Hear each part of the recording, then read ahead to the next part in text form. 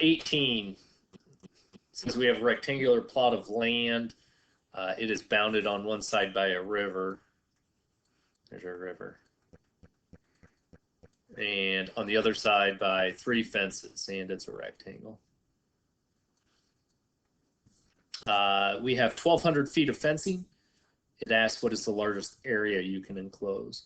So I'm going to call this side X because it's a rectangle. This side over here is also X. And I'm going to call this side up here Y. Because we're looking for the maximum area, we're going to start with an equation for area. Area is equal to X times Y. And then we need another relationship between X and Y.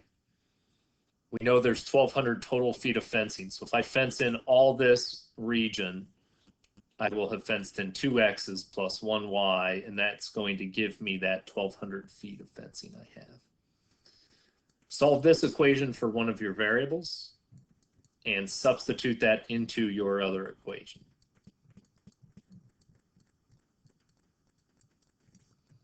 Distribute your X.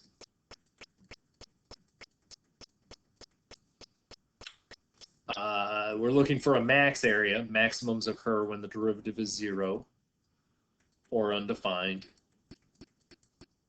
Set the derivative equal to 0 and solve. She will want you to prove that this is a maximum. You can do that either by the first derivative test or the second derivative test. I'm going to use the second one just because the second derivative is super easy to get on this one. Second derivative is -4.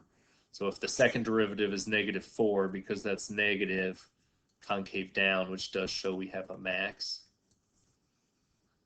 So X is 300. My Y value, if I plug 300 in right here, you will find that Y is 600.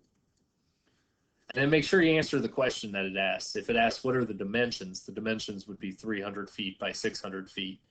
It wants to know what is the largest area, so plug in 300 and 600 right here, which gives us 18 with 4 zeros, 180,000 square feet.